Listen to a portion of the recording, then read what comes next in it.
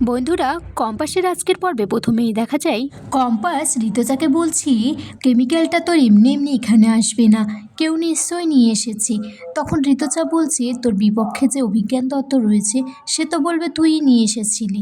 তখন বলছে কম্পাস যে ওরাও তো প্রমাণ দেবে।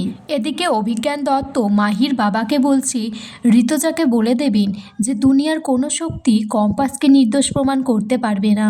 নেক্সট 11 তারিখ হিয়ারিংয়ের ডেট আছে আর সেদিন আমরাই জিতবো। মোনালিসা তখন অভিজ্ঞান দত্তকে জড়িয়ে ধরে বলছে দাদু কম্পাস আমাকে ওই বাড়ি থেকে বার করে দিয়েছে, বলেছে আমার নাকি বিহানের আশেপাশে দেখবে না।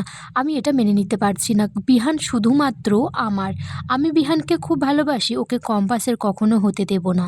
মাহির বাবা তখন মোনালিসাকে বলছে তুমি একটু শান্ত হও, এত কান্নাকাটি করো না, এমনিতে ওই বাড়ি অনেক উত্তেজিত হয়ে আছে। অভিজ্ঞানবাবু ওকে বোঝান। এদিকে জিৎ কম্পাসের সাথে দেখা করেছে। কম্পাস জিৎকে বলছে বিহান স্যার কিছুদিনের মধ্যেই সুস্থ হয়ে যাবে, ডক্টর বলেছে। ততদিন আমাকে ওনাকে চোখে চোখে রাখতে হবে, না হলে আমার উপর মিথ্যে দোষ দিয়ে আমাকে দোষী করবে, আমার মাকেও বিপদে ফেলার চেষ্টা করবে ওরা। জিৎ তখন বলছে আমার কোনো সাহায্য লাগবে তোর? কম্পাস বলছে তুই শুধু আমার এই কেমিক্যালের খোঁজটা এনে দে, কে এনেছিল কেমিক্যালটা, তারপর আমি তাদের কাউকে ছাড়বো না। আমি এদিকে দেখছি বিহান স্যার প্রতি বছর সান্তা সেজে সবাইকে গিফট দিত, সেটা এবার আমাকে কিছু করতে হবে। এদিকে অখিলেশ অভিজ্ঞান দত্তকে ফোন করে বলছে নেক্সট হিয়ারিং 11 তারিখ, তার আগেই যে করে হোক প্রমাণ করতে হবে কম্পাস ওই ল্যাবের মধ্যে একটা বেআইনিভাবে রিসার্চ করছিল।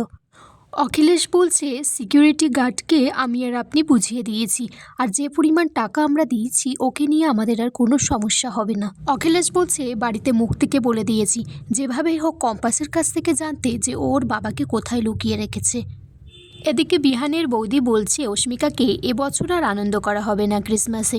তখন তার দাদা এসে বলছে না হবে না, কারণ বিহারের শরীরের অবস্থা একদমই ভালো নয়। মাহি তখন বলছে কেন, তোমরা তো ভরপুর আনন্দে রয়েছো, তোমাদের লিডার কম্পাস জামিন পেয়ে তো বাড়ি ফিরে এসেছে।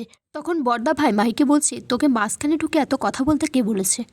ঠিক তখনই বন্ধুরা কম্পাস জিঙ্গেল বেল গান গাইতে গাইতেই সান্তা সেজে ঘরে এসেছে।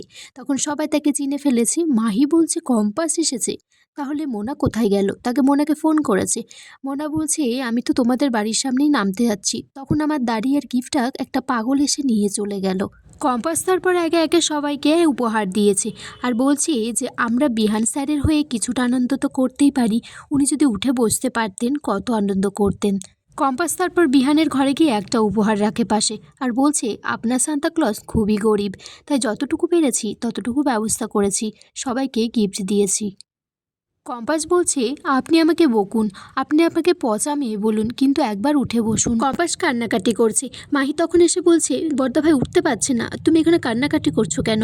তখন বলছে তোমার গিফটটা কিন্তু নিয়ে নেব। মাহি বলছে না, দিকে মোনা বাড়িতে চলে যায়, লাফালাফি করছে, কান্নাকাটি করছে। অভিজ্ঞান দত্ত তখন বলছে মোনা তুমি যে বললে যে বিহানের জন্য গিফট দিতে যাচ্ছ, তখন তখন মোনালিসা বলছে আমি তো গিফট দিতেই যাচ্ছিলাম, রাস্তার মাঝখানে একটা পাগল এসে আমার সমস্ত গিফট নিয়ে চলে গেল। অভিজ্ঞান দত্ত তখন বলছে মোনালিসাকে ঠিক আছে তোমার কোথাও লাগেনি তো? তখন মোনালিসা বলছে লেগেছে তো, আমার বুকে লেগেছে। আচ্ছা দাদু সবসময় আমার সাথে কেন এরকম হয়? কম্পাস তারপর তার মায়ের ঘরে যায় একটা গিফট নিয়ে আর বলছে বাবা যখন বেঁচে ছিল তখন ঠিক এইভাবেই তোমার কাছে সান্তা সেজে উপহার নিয়ে আসতো। কম্পাস তারপর বলছে দাঁড়াও তোমাকে একজনের সাথে দেখা করিয়ে দিচ্ছি। তারপর সে তার বাবার কাছে ফোনে ভিডিও কল করে তার মাকে দেখিয়ে দেয়। অঞ্জনা তখন বলছে তুমি কবে ফিরবে? তখন তার বাবা বলছে অঞ্জনা তুমি কাঁদছো কেন, কি হয়েছে? আর এখানেই আজকের পর্ব শেষ হয়ে যায় বন্ধুরা।